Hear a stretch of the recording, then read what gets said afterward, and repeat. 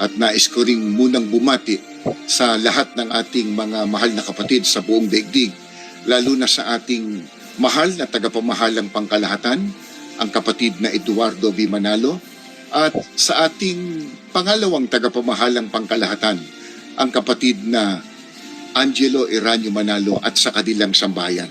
Kapatid na gusto po naming simulan natin ang kwentuhan po natin sa tanong na saan po ba nakafocus ang Iglesia ni Cristo po? Kapatid na June, ang Iglesia ni Cristo mula't mula pa nakafocus sa paglilingkod sa ating Panginoong Diyos. Lahat ng ating mga ginagawa, lahat ng mga aktibidad natin, ang layunin ay iisa. Ang paglingkuran ng marapat at matuwid ng ayon sa kalooban ng Diyos ang ating mismong Panginoong Diyos. Magbigay sa Kanya ng kapurihan, ng kalwalhatian, ng kasiyahan.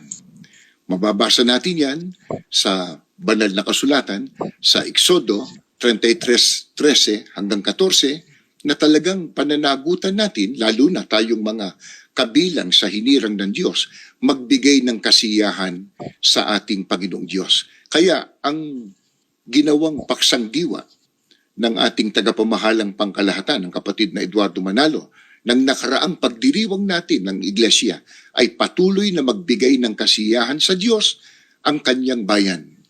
May sinabi kasi ang ating tagapamahalang pangkalahatan doon pagka ang Diyos ay nasisiyahan sa atin, hindi ka na mahihirapang dumaing. Hindi ka na mahihirapang humingi o manalangin sa Kanya dahil nasisiyahan siya. Kaya maraming aktibidad at gawain ang Iglesia, pero lahat ng yon ginagawa ng Iglesia ni Cristo bilang pagtupad sa mga kalooban ng Diyos at para maibigay sa Kanya ang kasiyahang nararapat sa Kanya. Ang pangunahin diyan ay ang ating pagsamba. Partikular, yung ating pagsambang kongregasyonal.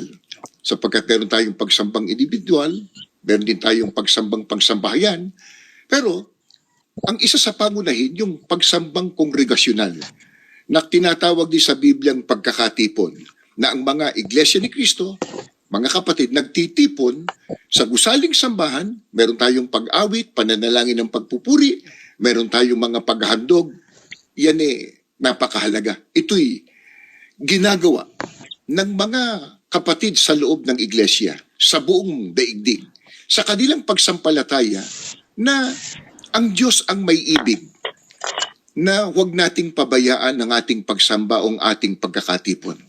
Nakasulat din niya sa Biblia, sa Hebreo 10:25, huwag pababayaan ng pagkakatipon.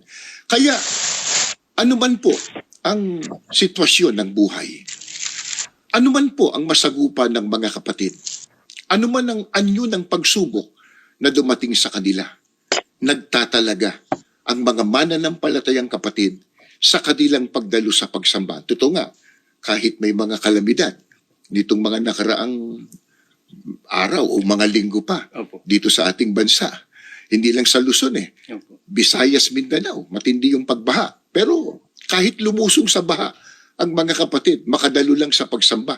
Hindi sila mapigilan sa pagdalo sa pagsamba. Maging lalo na sa ating ginawang pagpapasalamat sa Diyos, kaugnay ng pagdiriwang natin ng ika-111 anibersaryo ng Iglesia. Na ipagtatagumpayan ng mga kapatid, hindi lang dito sa Pilipinas, kundi sa iba't ibang panig ng daigdig, kung saan po niloob ng Diyos na makarating ang Iglesia ni Cristo. Nagagawa natin yan, hindi naman dahil sa tayo ay magaling.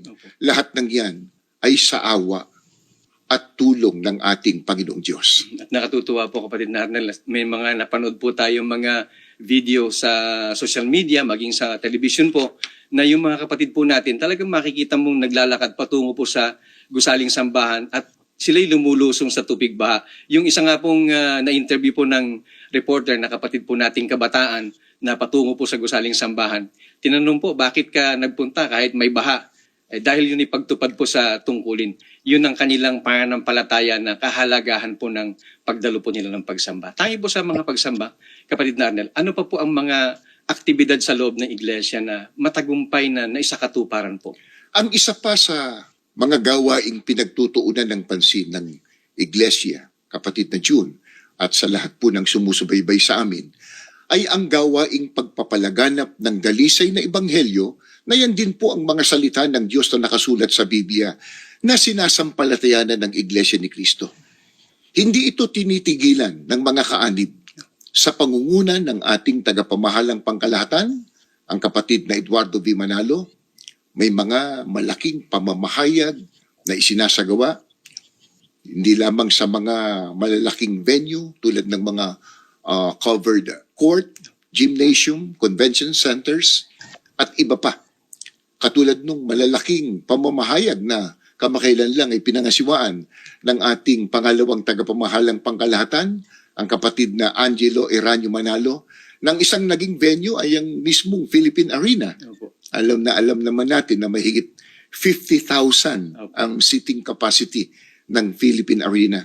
At kasabay nun, yung ginawang pagtuturo at pamamahayag ng salita ng Diyos ng kapatid na Angelo, nakarating yun, naibing sa iba't ibang sites sa buong mundo via live streaming. So hindi lang po yung 55,000 po sa arena po ang nakinabang po sa pagkuturo po ng mga kalooban ng Panginoon Diyos. Kung tutuusin, kung ating kukwentahin marahil, milyon-milyon Opo. na mga tao ang nakinabang sa ginawang pamamahayag ng salita ng Diyos ng kapatid na Angelo Eranio Manalo.